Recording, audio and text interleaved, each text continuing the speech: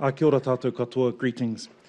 First, I'd like to pay my respects to Mr. Neville Baker, who sadly passed away last night, a long-time Māori public servant, and our condolences and thoughts are with him and his family at this point in time. Ka te kia tātou katoa, tēnā koutou. Greetings, everybody, and thank you all for being here today. Today, I want to give an update on progress made in implementing the recommendations of the government inquiry into Operation Burnham and related matters. Specifically, I will focus on the release of the expert review group's findings. The chair of the group, Lynn Provost, is here with me, and I want to thank her for her leadership in this important piece of work, and you'll have an opportunity to hear from Lynn very shortly. The work to implement the inquiry recommendations is a priority for this government. Strong defence systems and processes, oversight and transparency are central for maintaining trust and confidence in defence to deliver complex operations. We appreciate the professionalism and commitment of the New Zealand Defence Force personnel, who we call on to respond to a wide range of challenging situations here in New Zealand and overseas. I especially want to acknowledge the tireless work they have done to protect our borders from COVID-19 for nearly 2 years now. The inquiry recommended the establishment of an expert review group to consider the following: the organisational structure and record keeping and retrieval processes of the NZDF, and whether they are in accordance with international best practice and sufficient to remove or reduce the possibility of the failings identified by the inquiry being repeated. Today, I am releasing the group's report. I have accepted all 9 of the recommendations in the report. I want to once again thank Lynn and the members of the group and the 2 international advisors for their tremendous work, and I'll hand over to Lynn very shortly. When I met with the expert review group early on, a particular whakatauki came to mind: ka mua, ka muri, looking back in order to move forward. It is important to reflect on what has been done to provide us with a roadmap for the future. I ask that they leave no stone unturned. In my view, the expert review group has done just that, and in a very comprehensive way. I acknowledge each of them for their contribution. The report has identified key changes and improvements Defence has made since Operation Burnham 2010. The expert review group considered those to be encouraging. That said, it is their view, which I accept, that more needs to be done to reduce the likelihood of the failings identified by the inquiry being repeated into the future. The expert review group's findings and recommendations are based on the issues identified in the inquiry report and the terms of reference set by Cabinet. I consider they present workable ways in which the 2 defence agencies, the New Zealand Defence Force and the Ministry of Defence, can improve to meet current and future challenges. The findings and recommendations are on 4 key areas: legislative and working arrangements between the NZDF, the Ministry of Defence and other government agencies on complex operational deployments, the structure, function and purpose of Headquarters NZDF, the role, culture and structure of New Zealand's Special Forces, and the NZDF's information management systems and practices and the flow of defence knowledge to the Minister of Defence. 3 overarching themes cut across the findings and recommendations, and these themes relate to social licence, democratic oversight and transparency. As Minister of Defence, I want the government and New Zealanders to be able to look back in 5, 10, 20 years and know that we reflected, learnt and did the hard work to make the necessary changes moving forward. We are also progressing the other inquiry recommendations. Tomorrow, a process of targeted consultation will begin on a proposed design of an Inspector General of Defence. This is to test the proposals with those with an interest or specialist expertise before government takes final decisions next year. Subject to Cabinet agreement, we intend to introduce new legislation to establish the body. Details about the proposed design and the focus area for consultation will be available on the Ministry of Defence website from tomorrow. In terms of the other 2 recommendations, a Defence Force order setting out how allegations of civilian casualty should be dealt with was developed and is available on the NZDF website. The Ministry of Foreign Affairs and Trade is leading work to implement the recommendations to develop effective detention policies and procedures. The development of a new detention policy will help ensure that New Zealand personnel deployed overseas continue to meet high standards, operate overseas in ways that maintain public trust and confidence, and embody and promote New Zealand's values, including our strong and enduring support for human rights. A process of targeted consultation on the draft policy is also underway. I'll now hand over to Lynn to speak to the expert review group's report in more detail before I provide some concluding remarks and we welcome questions from you all. Thank you, Minister. Tēnā koutou katoa. The report the Minister is releasing today reflects the collective expertise, experience and knowledge of the Expert Review Group. I'd like to publicly acknowledge and thank each member of that group, as well as the Secretariat who so ably supported us. In the terms of reference, we were asked to undertake a twofold assessment and report back to the Minister of Defence on our findings. Firstly, the group was asked to examine the extent to which the changes made by the NZDF since Operation Burnham in 2010 would reduce the likelihood of the failings identified by the government inquiry happening again. And secondly, we were asked to make findings and provide recommendations to the Minister on any gaps or issues. In carrying out these reviews, we relied on information, expertise and knowledge from subject matter experts across the defence agencies and other government agencies. Several of our international partners also supported this work. We are very appreciative of the input provided to us by Australia, the United Kingdom, Canada, the Netherlands, Singapore and NATO. Let me turn to the report now and give you an overview of the context section. As a democratic nation, we expect the Minister of Defence to be able to uphold his accountability obligations to Parliament and the New Zealand public. This requires the right information to flow to the right people at the right time. In the case of Operation Burnham, from a small village in Afghanistan through to the Minister of Defence in Wellington. Without such an information flow, appropriate transparency of military activities is not achieved, and it can impact on NZDF's social licence to operate. We have used the word appropriate in the report because we acknowledge the importance of protecting certain information and knowledge in a military environment. In some cases, protecting information is literally a matter of life and death for the New Zealand Defence Force personnel. Our findings and recommendations focus on complex deployments like Operation Burnham, because in our view, they require high levels of transparency, scrutiny and assurance.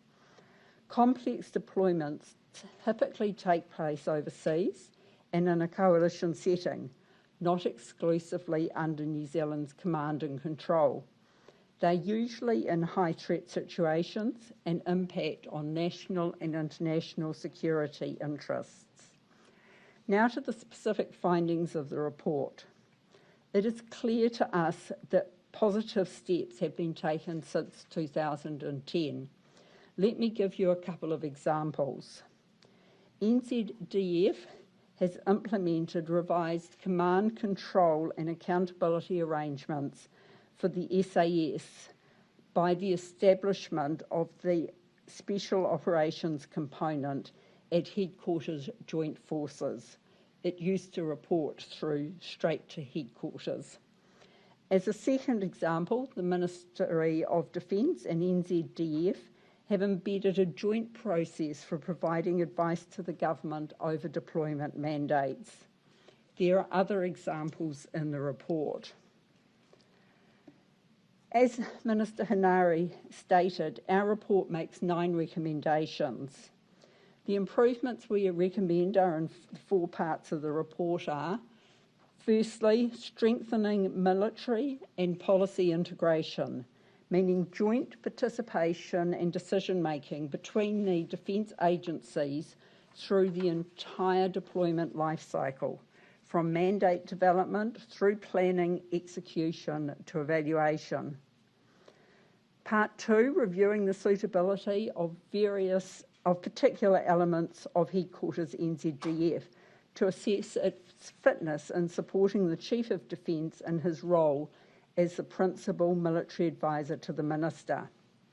Part 3, continuing to integrate the SAS into the wider NZDF and national security section, and the final section improving the NZDF's information and knowledge management structures, systems and practices.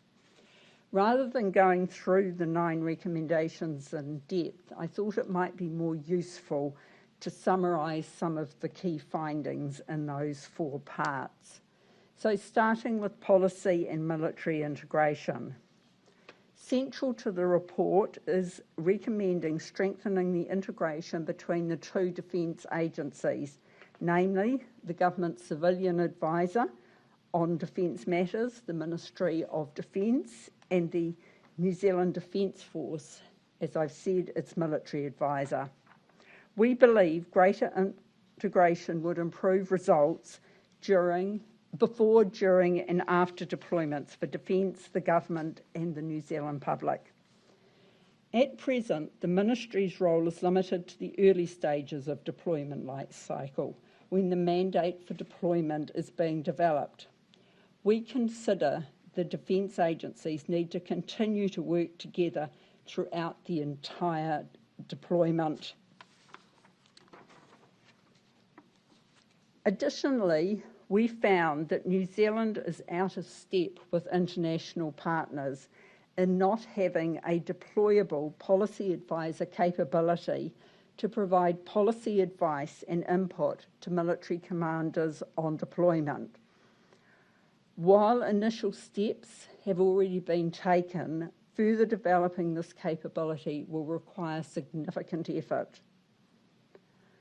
Finally, in this part, recognising that government agencies outside defence provide valuable input on broader national security and foreign policy considerations for these complex operational deployments, we suggest operationalising the use of senior reference groups for such deployments.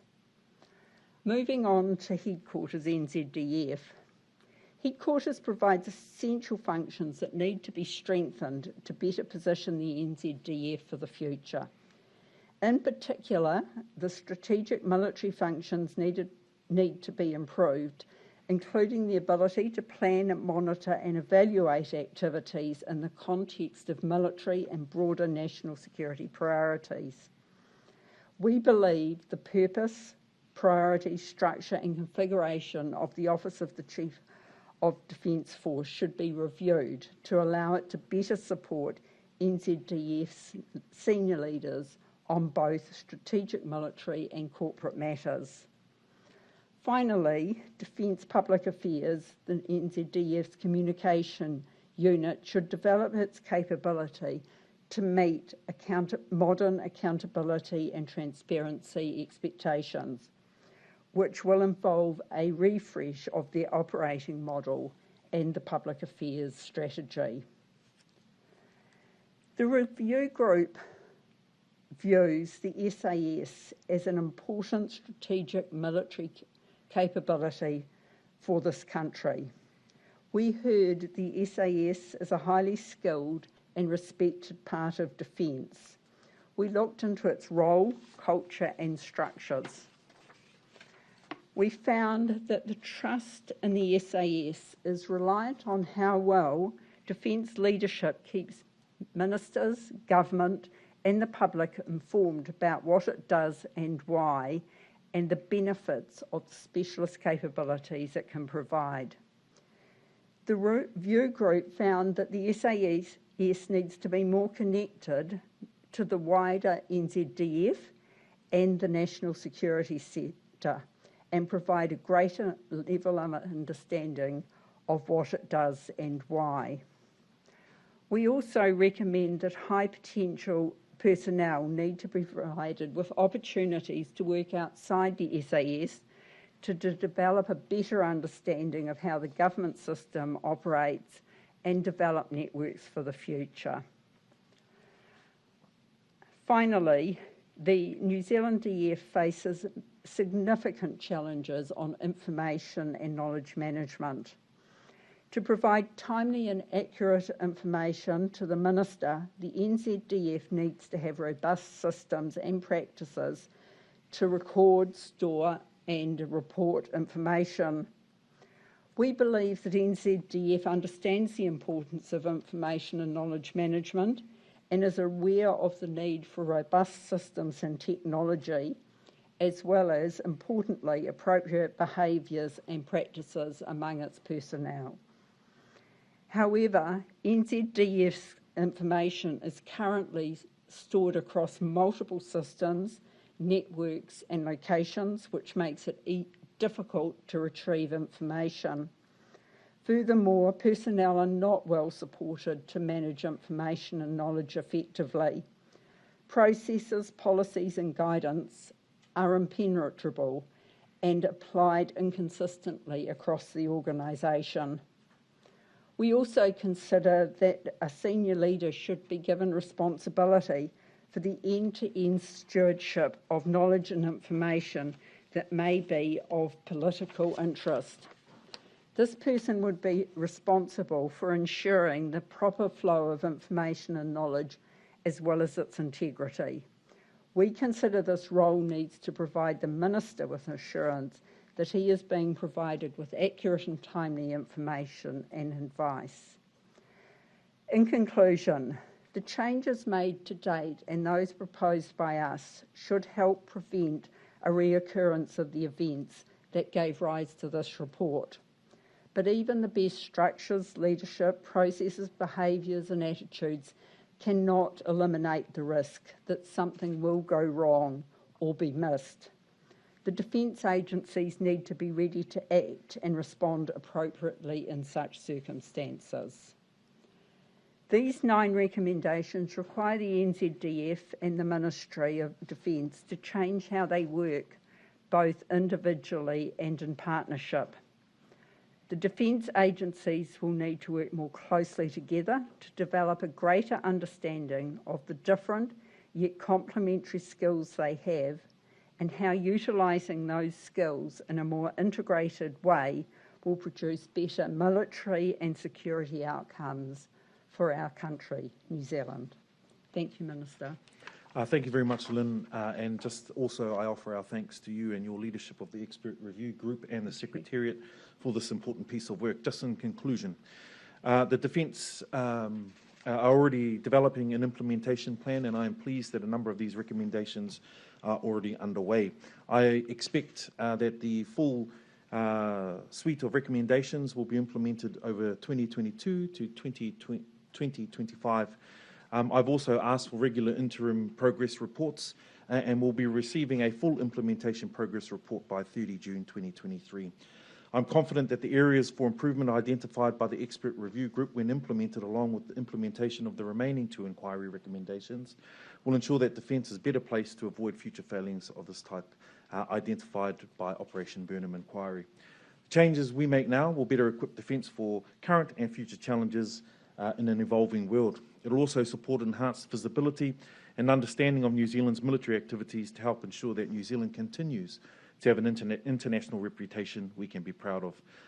We're now happy to take questions. Before I do, you'll see here we've got with us the Chief of Defence Force as well as the Secretary of Defence. If any of the questions are related to them, please we ask that you identify that at the start of your question. Happy to take questions. How much of it? Minister, you say, well, Recommendation 5 talks about monitoring the leadership climate created by NZSAS leaders. What aspects of leadership were of greatest concern to you and to Lynn? Take that, Minister. Yes. Obviously in the government inquiry there was criticism about the flow of information and the leadership. And when you're looking at culture, there are 2 vital parts of culture. One is leadership, the other is values. There's obviously more, but in this regard, leadership and values. And so our report talks about how both of those in concert have to work together, and that the leaders need to monitor behaviour and deal with it if it should arise. We didn't see any bad behaviour, in fact quite the opposite.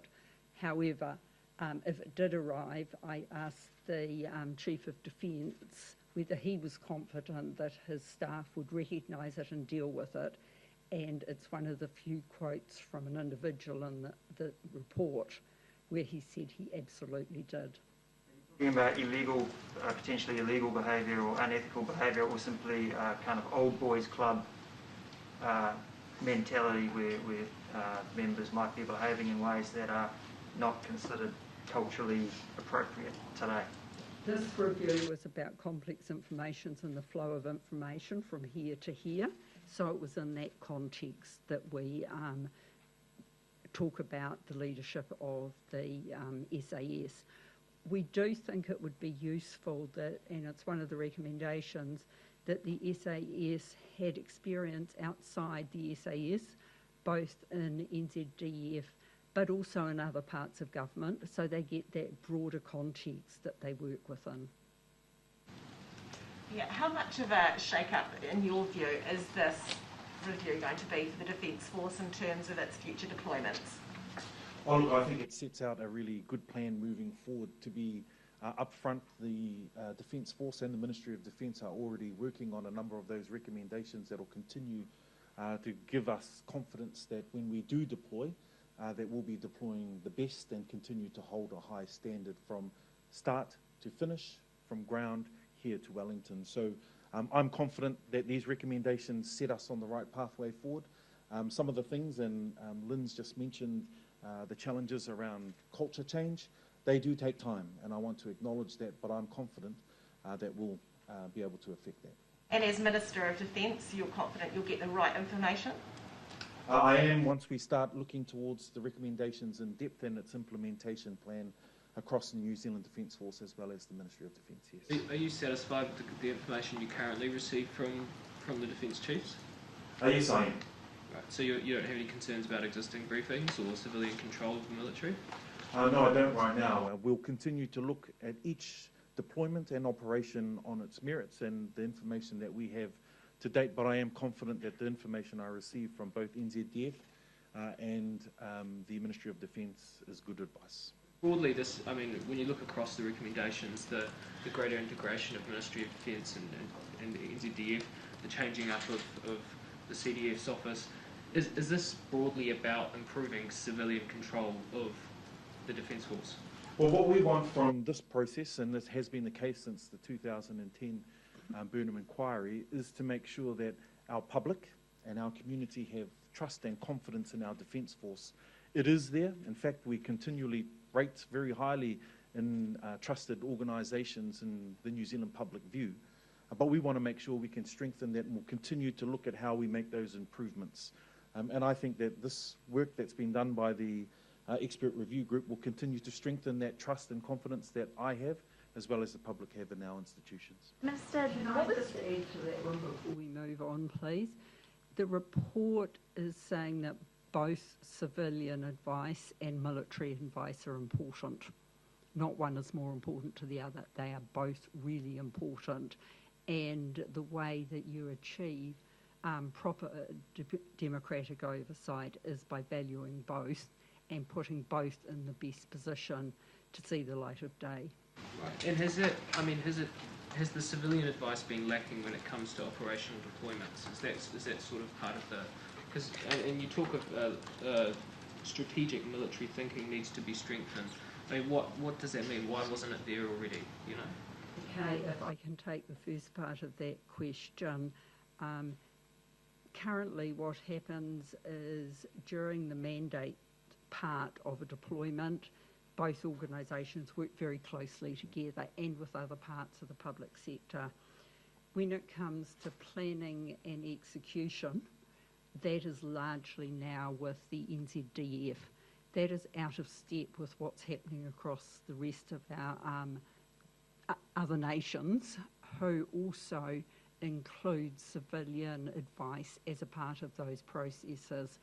Not obviously anything to do with military tactics, because that wouldn't make sense, but in terms of the policy settings and the context of New Zealand. At the evaluation end of that deployment cycle, we've said both at a military and a civilian level, those could be improved, and that is input into strategic military thinking about, okay, if we're doing these kinds of deployments, if we're learning this, what should we do about it?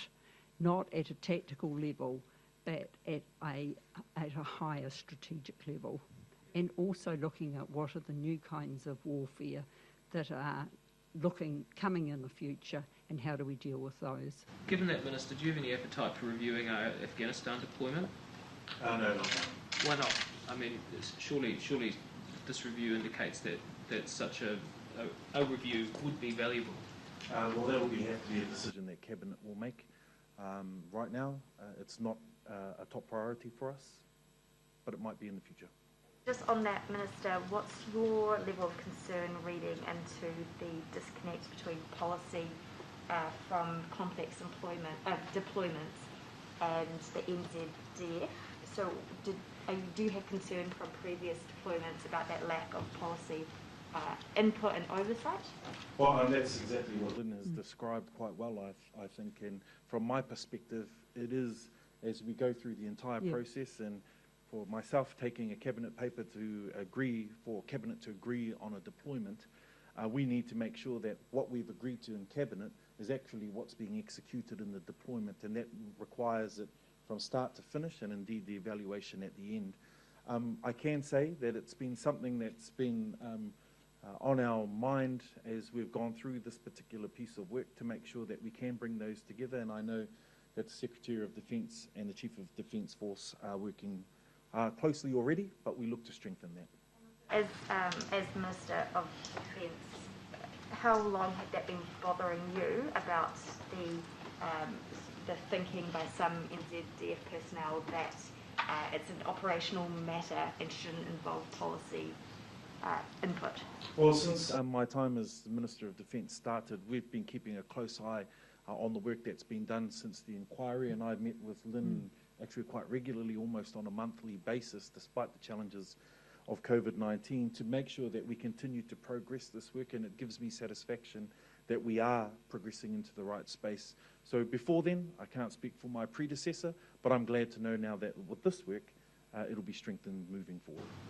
The report talks about the over-classification of documents, so the military classifying things basically as much as possible. And then there's another section that talks about pockets of the military self-censoring and actually holding back information from their own public affairs team. I mean, how concerning is that, and how do you fix that? Because that seems like a sort of an ingrained cultural thing as much as a sort of a systems issue. Yeah, look, I think, and I'll offer something before I hand over to Lynn to offer an answer there. As I look to the systems, we can fix systems, and I think that what the report does and the recommendations will continue to give us some confidence in those systems and processes, and it is about the design of accountability roles, the design of the system from end to end. Ultimately, though, culture change does take some time and takes strong leadership. Our leadership are committed to that, but you'll see in the report too, we've got to have a strategic view to how we grow that potential in our leadership to make sure that cultural change continues. And if I can just, in conclusion, if I look across all of the work that the New Zealand Defence Force is doing and the Ministry of Defence, I'm confident that strong cultural change is underway across multiple parts of the organisation.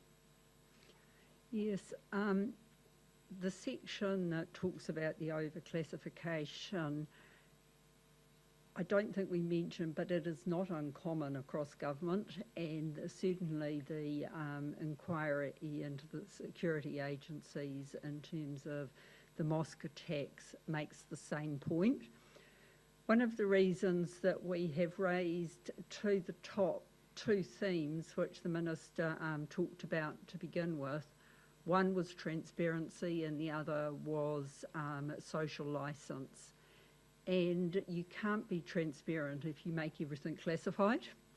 And so the reason we've made it an important theme across, and we think it's vital that the defence agencies take this lesson very seriously, is that you can't overclassify if you want to be transparent.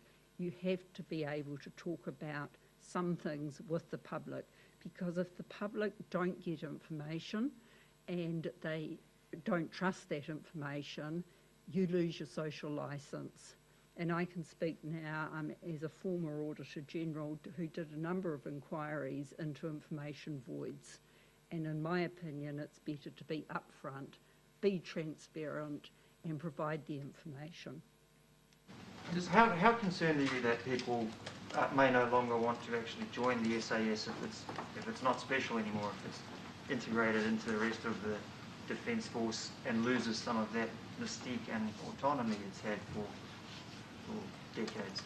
I'm not concerned about that at all. In fact, I have huge respect for the SAS and their leadership and the way that they work across agencies. What we're looking to do is strengthen that even further. So with respect to the way it works in our national security interests, it isn't a case of full integration. It's probably more being cognizant and aware of the national security interests, what are the government priorities, and what role do they play in that. We know that their deployments, in particular in recent times, have been extremely helpful, and they've done a fantastic job. There's some great stories out of Kabul, of course, in recent times. But we want to strengthen that moving forward, and I think that what we're going to do here, that's proposed in the recommendations, will certainly do that without losing the mana of an organisation that has served this country well. We had the special in SAS is really important. They are special. They are an elite force. They have really important capabilities that we need for the future, and we saw nothing but things to admire. What we're looking at is marginal improvements, not making them like everybody else. What do you mean by the tone at the top of the SAS? What's an example of that, and why is that concerning? I think if you read the Operation Burnham Government Inquiry, it will give you that answer. There are a number of criticisms in that report. In terms of the SAS contributing to the national security mandate or whatever, are you imagining a different use of them, or of the service, or a broader use of the service, or better use? Like, can you give a tangible example of how that might change?